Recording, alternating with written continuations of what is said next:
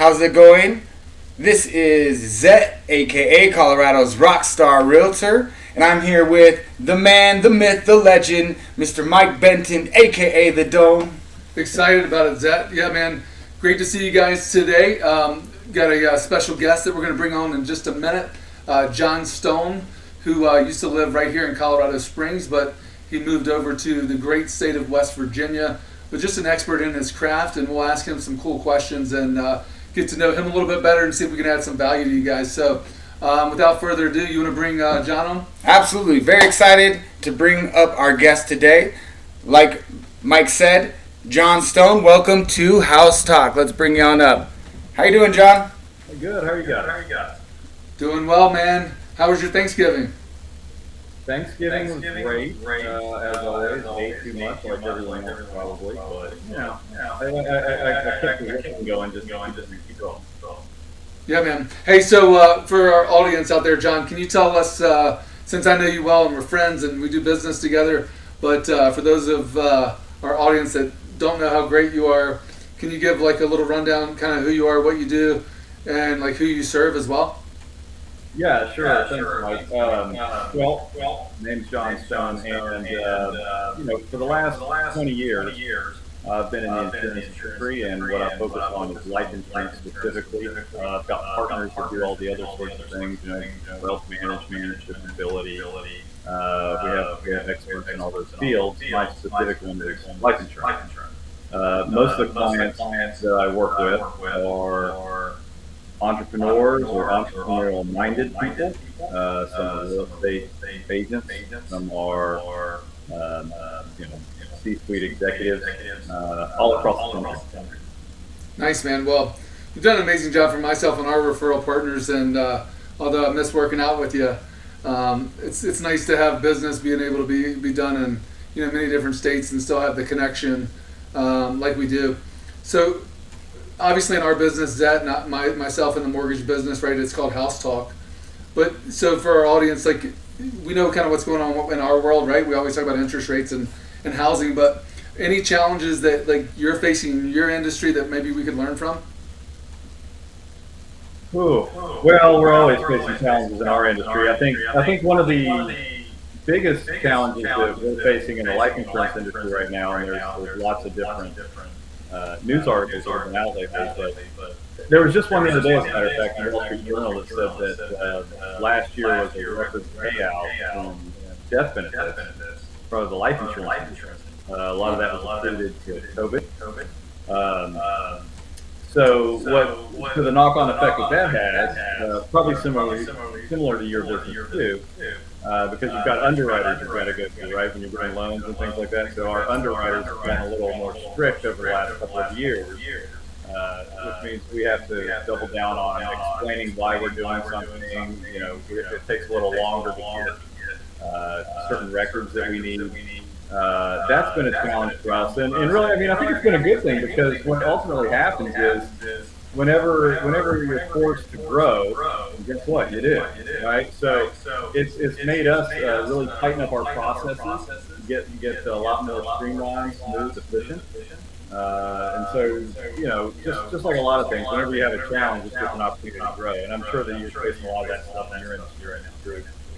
Oh, absolutely, man. Yeah, underwriting, we went through a lot of that during COVID, some different changes in underwriting guidelines and things like that, and obviously we were busier than we are today. But that being said, a lot of the same principles and practices that we put in place then are still applicable today.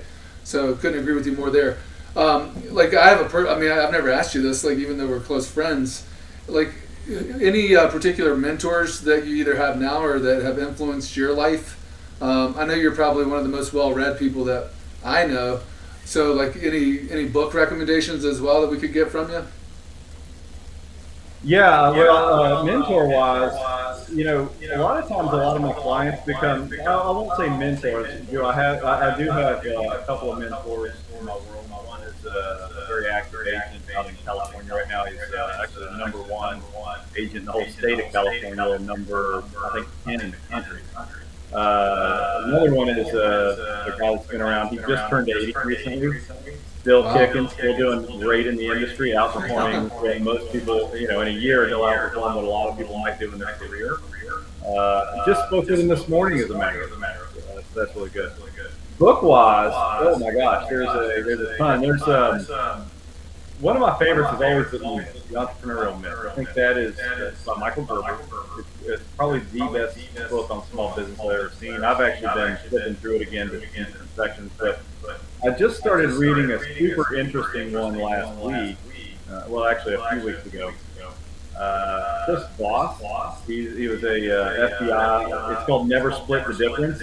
Oh yeah. It is really cool, and you guys know, it seems like you've looked into that one. That one's a great book. I've read that, and then someone just turned me on to another book called Catalyst, which is kind of in a similar vein to Voss. But yeah, that one's kind of pretty good. Love it. Thanks for the recommendations. Yeah, that's awesome, man. Hey, so any I know our business has some common myths and kind of misconceptions both in real estate and mortgage.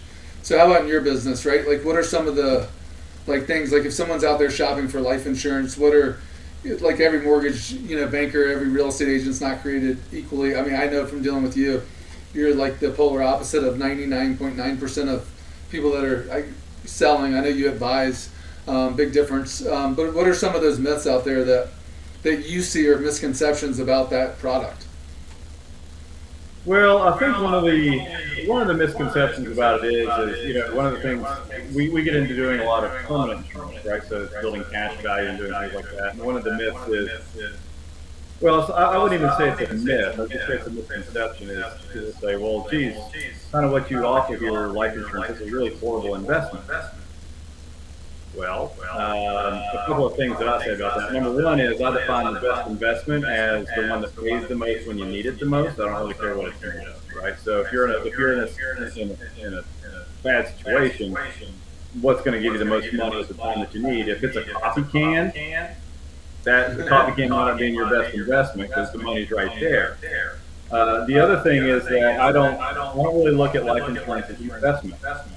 I do look at it as a savings, and one of the misconceptions in the financial world, I think, our industry has tended to equate two words: savings and investment, and they're not the same thing. Savings, I believe, is the foundation of wealth, not investment. Because until you save some money, what do you have to invest in, right? So what life insurance can be is a very, very powerful savings tool that, in the right hands, can be used for investment, or can be used in a lot of different ways that most people won't think of. And the analogy I use a lot of the times is I'll ask them, hey, if you're going to go play golf with Tiger Woods, what do you want? You want his clubs, or you want his swing? And I think what you want is a swing, because if you got Tiger Woods' swing, you can take a broomstick, go out on the golf course, and hustle some money off someone else, right? Whereas I play tennis, as you know. I have Roger Federer's racket, not his specific, the one that he plays with. But Nike's not going to call me to start selling hats and shoes, right? So it's not the club, it's the swing. And with life insurance in the right hands, with the right ideas, and the right client and advisor together, because there's a chemistry that you have, it can do some really amazing things. Strategy beats product every single time. I'm a firm believer of that. Yeah, that's awesome, man. That's great information for our audience as well.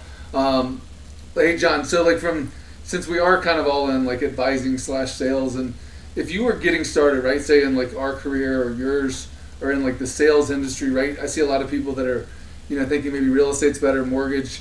You see it when things get tough, you see people switching, from different industries, and you can maybe give a little feedback on that, because I believe, consistency is key. But if you were starting out in sales in one of our businesses today, can you give any nuggets? I know you got a whole tool set over there, but what nuggets would you give someone starting out, say, in your business right now? I would say the first thing, and this is anything that you're going to have to sell, one is take an inventory of what your beliefs are about that product. That's important, because every time you're in a meeting with somebody, you're going in with certain ideas that you really believe in. And at the end of that meeting, either they buy your ideas or they sell you on the fact that your ideas stuff, right? So you need to be pretty darn clear on what you want. what you believe when you go into something. I have a very small, very strong conviction about my product. Not everybody does. That's fine. I had a really crappy meeting yesterday where somebody was really trying to tell me how I was wrong, right? And at the end of that, I just come back and I have them written down. I mean, I have them written down on piece, but I look at them all the time because like I got to reset myself. So the first thing is belief. I think it's the foundation of everything. Because if you have belief and conviction, it automatically starts taking care of drive, right? Because it starts making wow, that's what we all need to do. But then, just like you said, I could go on about a lot of things, but then the next big thing I would say is enthusiasm. Have some enthusiasm about what the heck you're doing. I mean, even if you don't know what you're doing, if you're enthusiastic, people are going to be drawn to that. That enthusiasm is going to fuel you, and it's going to fuel you to greater levels of study, knowledge, success, attractiveness in the marketplace, all of that. So beliefs backed by enthusiasm, everything else probably starts taking care of itself. Man, I love that. I love that. So, one of the questions, and I know you're busy, we're busy, and, we want to keep it as kind of concise as we can. But so if you're interviewing us, what are some questions you would ask us, or what are some questions that I didn't ask that like you really have on your heart today, or that are important to you that you maybe want our audience to know about? You mean if I'm asking you as a mortgage broker? No, just like what are some things that are on your, like if you were running this podcast and you were interviewing John Stone, what would you ask John? Geez. Why is your hair so gray? No. Yeah. No, I think that the biggest thing is, how do you? I mean, what do you do to move forward in the world right now? What's a good move to make financially, emotionally, spiritually, whatever? Philosophically, the world is in such a crazy place right now. I was just telling someone this morning. I said, I feel like we're staring down the business into that old, I think it's a Chinese verse or something that says, "May you live in interesting times." Like we are there. And I think a lot of us just have I don't know what to do. I mean, what's on the horizon? What's coming, and how do I prepare for it? I mean, that's probably something I would ask anybody nowadays. Yeah, I love the quote that I don't probably have it memorized perfectly, but Martin Luther King said, just start moving, right? If you can't, first you crawl, then you walk. After you walk, you run, and after you run, you fly, right? I think the key is just to keep moving. What happens a lot of times, and again, this happened to me back in the Great Recession, is like stuff's hitting you from so many different angles that you stop. And what I would encourage like anybody to do right now is just to keep moving. Because if you stop, then, momentum is real, right? I mean, an object that's in motion stays in motion, right? I wasn't that good in science, but that's the only thing I probably learned. And that's the key, is to keep moving, right? Surround yourself with amazing people. I always say, I've said it 1,000 times, your network is your net worth. Have the right agent, have the right mortgage banker, have the right, accountant, guy that's handling your life insurance or gal. And I think that's so important to make sure that network is tight. And that's one of the biggest differences in my life today versus where it was, 10, 15 years ago, is my network is just so much stronger. Even when times were good, we were continually to build that network. Because again, it's not always going to be summer. We may be in the beginning of winter, we may be in the middle. But the bottom line is, in my opinion, we're in winter. So knowing that gives a little bit of peace as well, because, hey, we're in the thick of it right now. And the key is to keep moving, and eventually, after winter comes spring. And if you surround yourself with guys like my guy to the right, my guy here who are interviewing, find your tribe, find your people that have the best intentions for yourself, for your business, and for your family.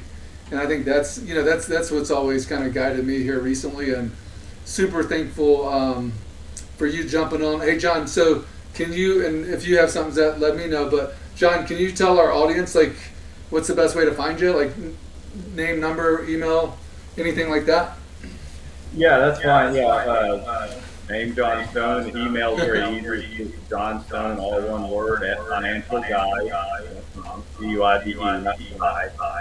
The one thing I will say to you, you're trying to come up with that Martin Luther King quote. I got an easier one for you to remember. I don't know that one, but this one's the same thing. It was Winston Churchill. He said, "If you're going through hell, keep going." Yeah, That's a good one. That's a good one. All right. I like the Martin Luther King one better, but hey, whatever. I do too. I can just remember the I do have something I want to share on that note. Keller Williams, I'm with Keller Williams, and we had Mega Camp this year, and one of the kind of monikers or quotes that they were sharing, one of the things that the message that they were sharing is to keep going, like you're saying, and how they translated that is the buffalo is the only animal that's learned that if you charge the storm and actually go towards the storm, you'll get through the storm quicker. So the quote or the message was, charge the storm. Oh, I love that. I do too. So, that's great. Well, thanks so much, John. I really appreciate you being here and sharing such valuable information. And if anyone would like to get in touch with John, you can certainly reach out to us, drop a message here. If you have questions, drop them below wherever you're seeing this stream, and we'll certainly get you in touch with John himself. And thanks again, John. We really appreciate all of the valuable information and just having you here. It's really been a pleasure. Absolutely, yeah. Thanks, John. Thanks, guys. Appreciate it. Have a great rest of the week, buddy. Hey, Thanks, too. John. And Right. one last note, guys, I wanted to share that we are actually going to be changing times that we're going to be doing this show. We're going to be changing to Tuesdays at 12 p.m. Mountain Standard Time, and I believe we're going to probably kick that off next week. So just as a heads up, but you can always check it here back as a replay. I feel more people will catch it later than when we do it live, and that's what the beautiful thing is we can do this live, but then it's always going to be here available if you aren't able to catch it live. And then drop any questions or feedback below, and we'll look forward to seeing you guys again next week. And again, we're going to start doing this Tuesdays at 12 p.m. Mountain Standard Time, and this is House Talk with ZET and the Dome. Have a great week, guys. Thanks.